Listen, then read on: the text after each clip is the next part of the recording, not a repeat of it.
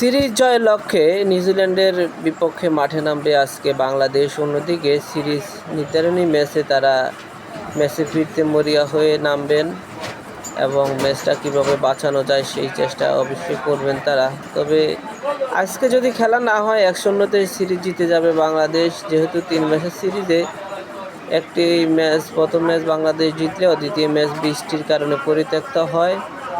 আজকে বাংলাদেশ জিতলে 2-0-তে সিরিজ জিতবে এবং বাংলাদেশ যদি হেরে যায় তাহলে 1-1 ড্র হবে।